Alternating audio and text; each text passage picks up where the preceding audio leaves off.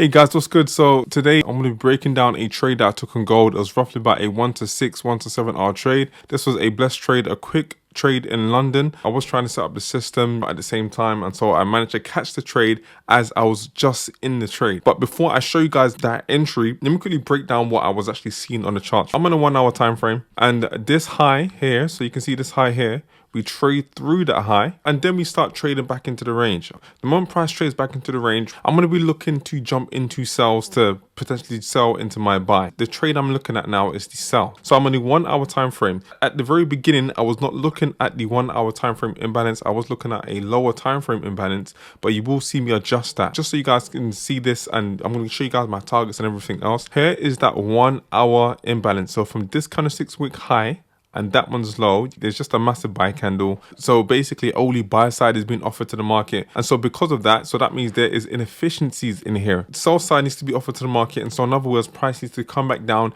into this area of inefficiency to offer sell side into the market. So with that in mind, I'm going to be anticipating price coming to fill in this imbalance here. So this is my imbalance. All I've done is drawn it up from this kind of 6-week high, and that one's low, and I've extended it all the way to the right. Don't worry about this for now. This wasn't actually there at the time, but I'm going to show you guys in a minute.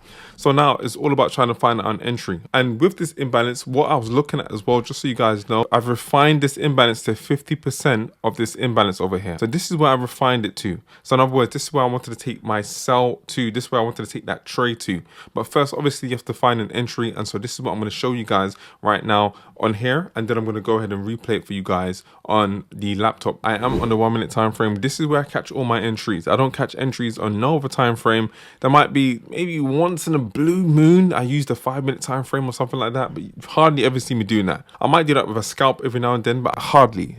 So this is that area of inefficiency. All this line is telling me, or telling you guys, is that this is a new day. So now when I zoom into this area here, I'm trying to catch an entry to get down to this point.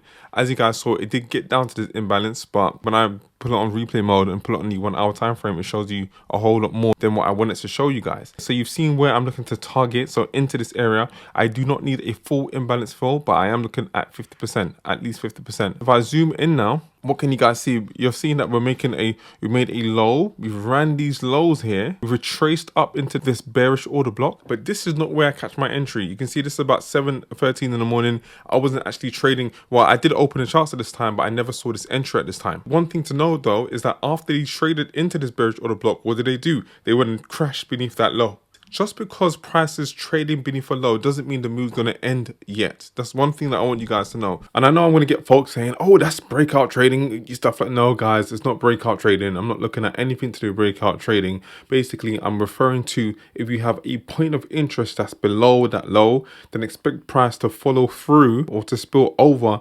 into that point of interest. Another thing I had noted was that price had traded into this imbalance already. So this kind of 6-week low and that one's high, price had tapped into that here and then continued to push down lower. And so I went off of this imbalance here, this inefficiency within this kind of stick here. And so I drew it up like this. This was my kind of 6-week low.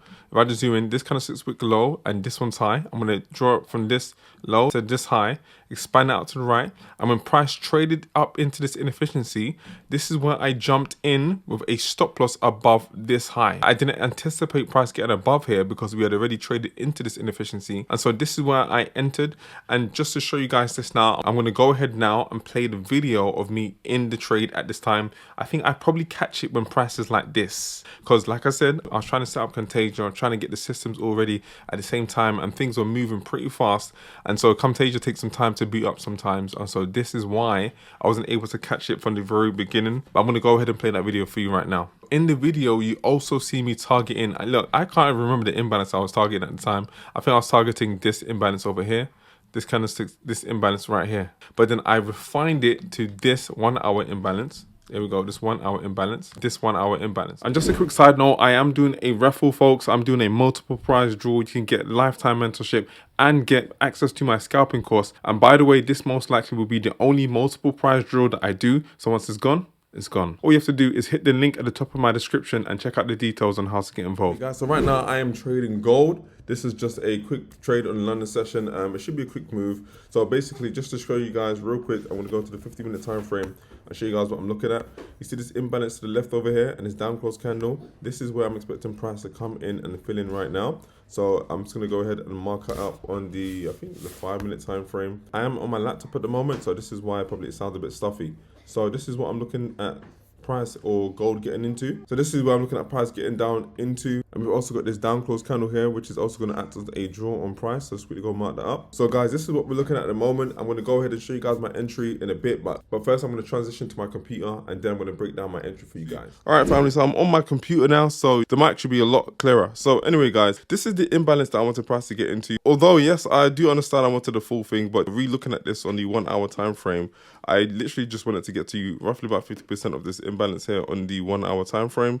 I'm using the 1 hour time frame imbalance instead of the imbalance I was using before this, and I've marked out 50% of this imbalance, and this is what I'm looking at now. This move here is roughly about a 50 pip move. It will be a 1 to 6 to 1 to 7 hour trade. So now, just to show you guys how things actually played out, I took a short position from in this imbalance over here. So I think as it just traded into it, I had a stop loss at the high, so roughly about 6 pips, and then the target was 50% of this imbalance here, wherever it is.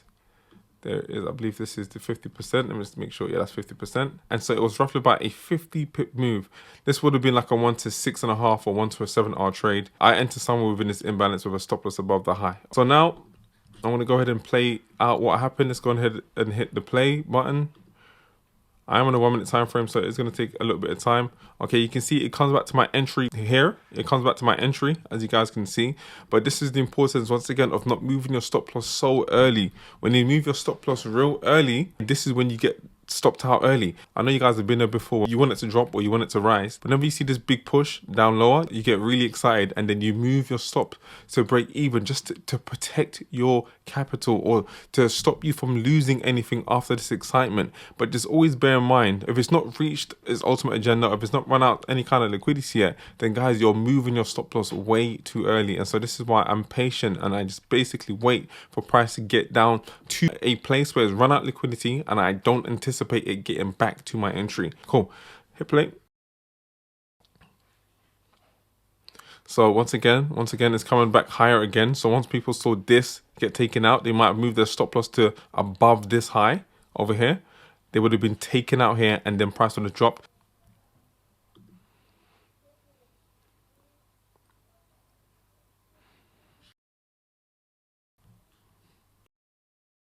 This is my area of interest. This is exactly where I want the price to get to. It got down here after playing around with a few games. So this is my date range. So I entered from this candlestick and I exited around this candlestick. Oh, and by the way, just another quick thing as well, is price was dancing around here. It didn't want to take me out of the trade, and so I closed it off as price was rejecting away from this area. Guys, so basically, we've just reached this area here. We've not been tagged out yet, but I'm going to go ahead and close the trade here. Let's close off the full thing now, okay?